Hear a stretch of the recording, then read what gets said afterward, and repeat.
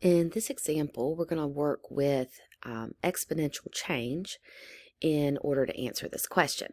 So if you haven't already, take a moment to pause the video to read the full problem statement. So what we're given here really in this piece of information is where we're going to start, and that's the length of this stack of pennies. If we take that length of stack of pennies and divide by the thickness of 1 penny, what we should get is the number of pennies. And I've just written that down here at the bottom. So let's look at what happens here when we do that operation. So we can go ahead and divide these values, but we're dividing 2 different units. So we're really going back to previous concepts about unit analysis. So let me zoom in just a little bit more here. So I have the stack of pennies has a length in kilometers, but the thickness of a penny has a length of millimeters. And I chose these 2 conversion units in order to convert. And I was basically converting millimeters into meters and kilometers into meters. By doing so, and by strategically placing these so that they will cancel here and here, and meters here and here, and kilometers here and here, then I can just multiply through using my calculator, and I get the following value. So I did that earlier on my calculator, and you can see I even set it up very similar to the way that I've written it by hand. The only thing I didn't include was the dividing by 1, because I know that's not going to change anything.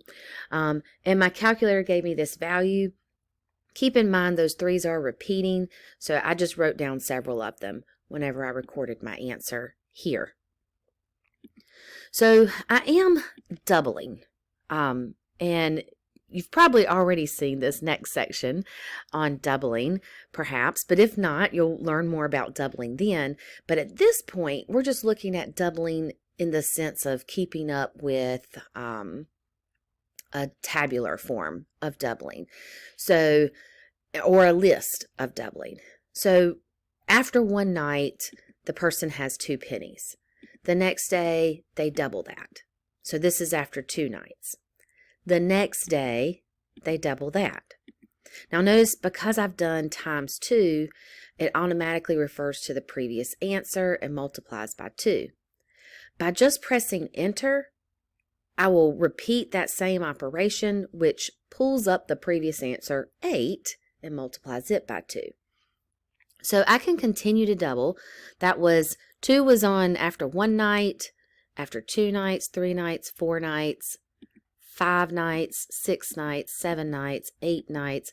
But you can see this is going to take a little bit of time to get to the answer I need.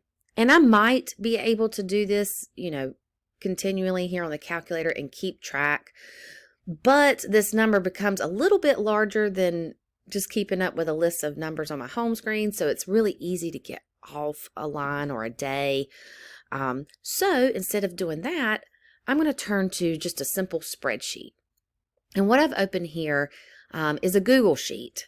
So everybody has access to Google products. And you could do something very similar in Excel if you like. But remember, after 1 night, I'm going to let my row numbers here represent the nights.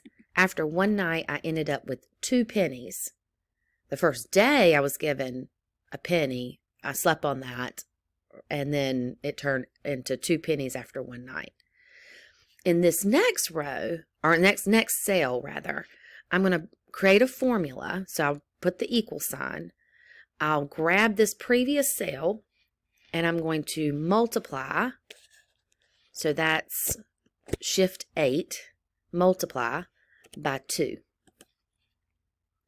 And notice that it does that operation for me. And then the nice thing about Excel or Google Sheets or any kind of software like that is I can grab that little square and pull down, and this formula will repeat for me. I'm going to go up to 100 nights.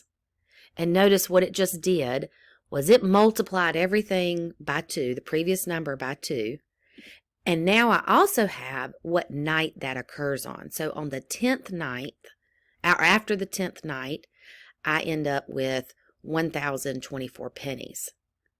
So going back to what we said earlier, we're looking for 5.3-ish times 10 to the 19th number of pennies.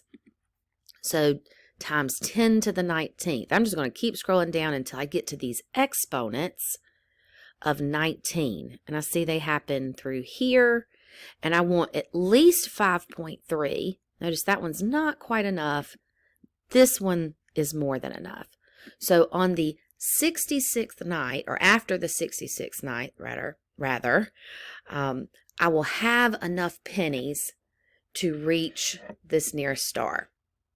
So after 66 nights or days, however you want to consider that time increment there, we'll have a stack long enough to reach the nearest star.